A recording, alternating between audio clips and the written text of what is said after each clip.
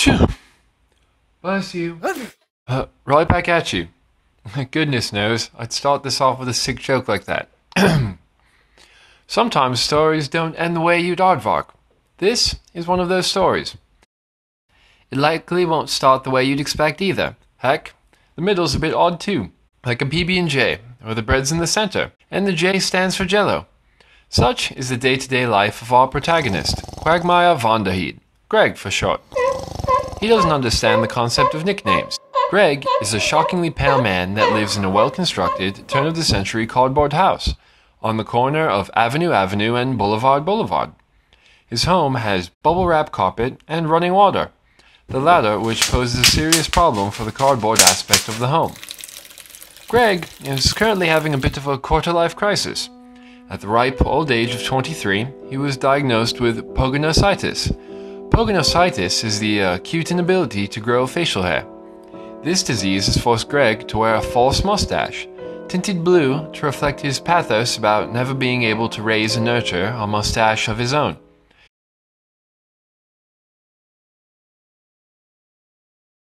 Greg has an undeniably individual fashion sense that consists of a dress shirt, tie, and basketball shorts. He wears the opposite, dress pants and a tank top, on runway Sundays, as Greg likes to call them. Greg is in fact the individual who the term creature of habit originated from. His fashion choices are maddeningly repetitive, but that's only the tip of the iceberg. But they're not as cool as an iceberg. He drinks the same smoothie every morning before work, consisting of various fruits and kale, as well as a splash of potato juice for protein. He listens to the same playlist titled The Na-Na Zone, which he sings along to whilst getting ready for work. He still hasn't learned the right lyrics to most of the songs. He takes the same mode of transportation to work every day, a bike-drawn skateboard. He's had a disposable minion of sorts, who is happy to do grunt work in exchange for strong hamstrings and a sense of purpose, plus $50 a week, cash or credit, plus tip. Greg arrives at work at exactly 9:42 a.m. every day of the week except for saucy Saturdays and runway Sundays. Greg's business is teaching an intensive 6-week program for retirees at the local university on selfie and hashtag education. It's going well. Eugene, in particular, has made great strides in capturing memorable photos of himself, and occasionally Greg when he forgets to use the front-facing camera. One particular morning, yesterday in fact, on his way to work, Greg's normal pattern was thrown off by a cute girl, making her appearance outside Greg's work building. He couldn't help but think to himself that she was pretty as a pear. He's not a fan of peaches and doesn't think them to be the supermodels of the fruit world they're cracked up to be. He made up his mind to talk to her the next chance he got, and took his power stride to work. Now that you're caught up, I'll be reporting the following events in real time, in this continued outlandish accent. I'm actually from Montana, but my agent could only get me into a casting session for a British narrator. So, here I am. Greg breaks his reputation by arriving at work at 9:41 a.m. to give him a full 60 seconds to talk to the mysterious lady. He notices her from a distance, talking to a rather unthreatening-looking fellow, but nonetheless, Greg is threatened and ridiculously jealous.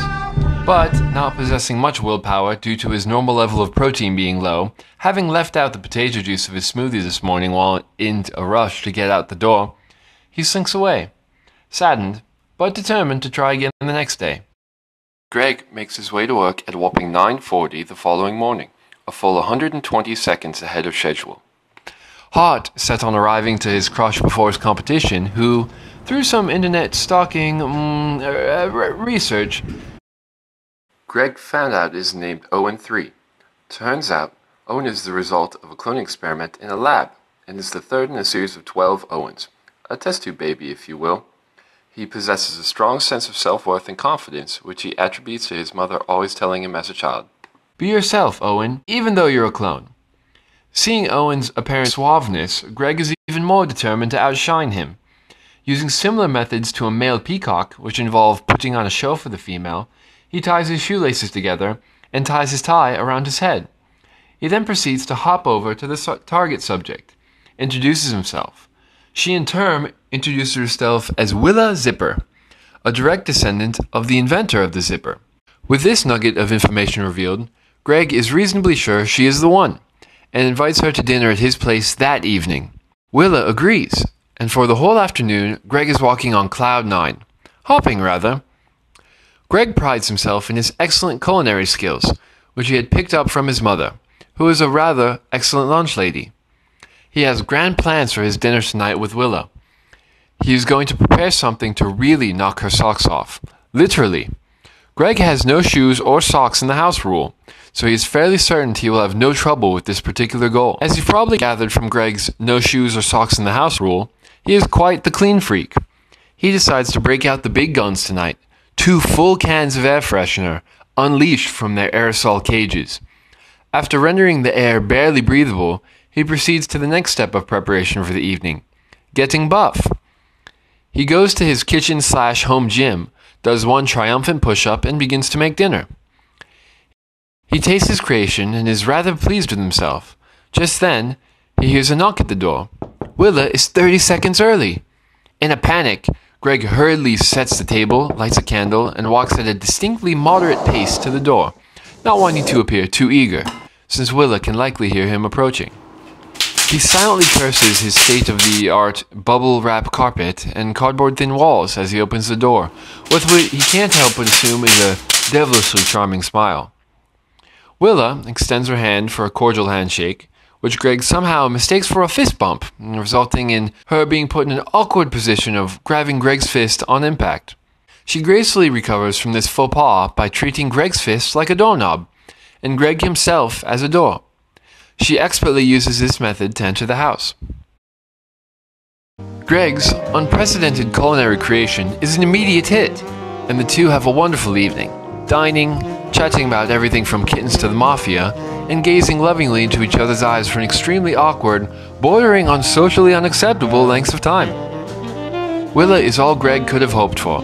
Greg is all Willa could have hoped for. And at the end of the evening, their hearts are full, unlike their stomachs, because, let's face it, hot yogurt is not very filling.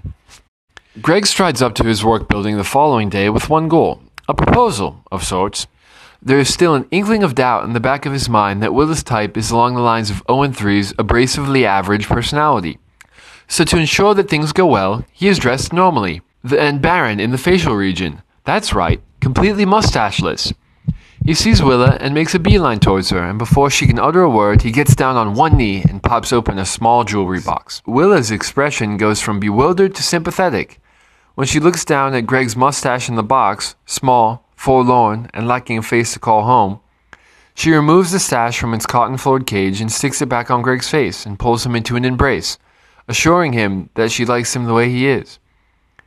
While the two hug, Greg catches sight of, you guessed it, Owen 3 approaching. Curses! He suddenly pushes Willa away, sure that they could never be together as long as Owen is in the picture. Willa pulls Greg by the sleeve, speaking words that are better than Nar Zone's music to Greg's ears. Owen's my cousin, she exclaims. A smile creeps over Greg's face.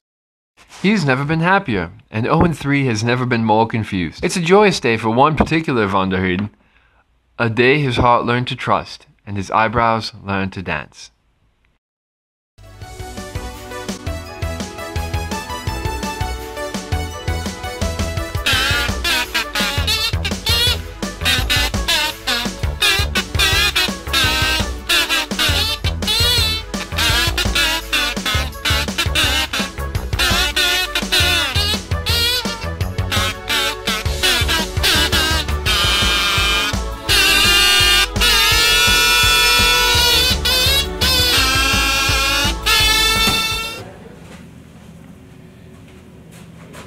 What? It's comfy. So, oh my gosh.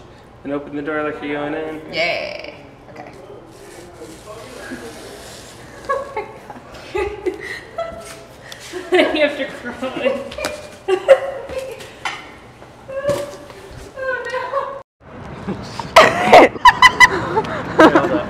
Oh my gosh. Oh my gosh.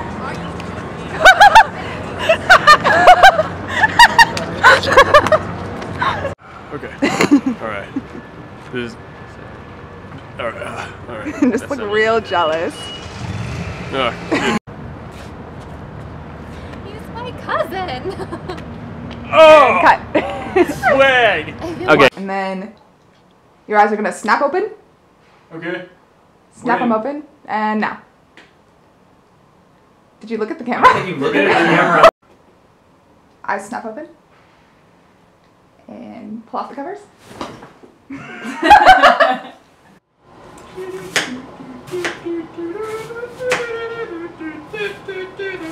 Pulling up his phone. Just like, you guys want to know a fun fact about Halo? Oh, they're only. You guys aren't using the sound, right? No. Okay.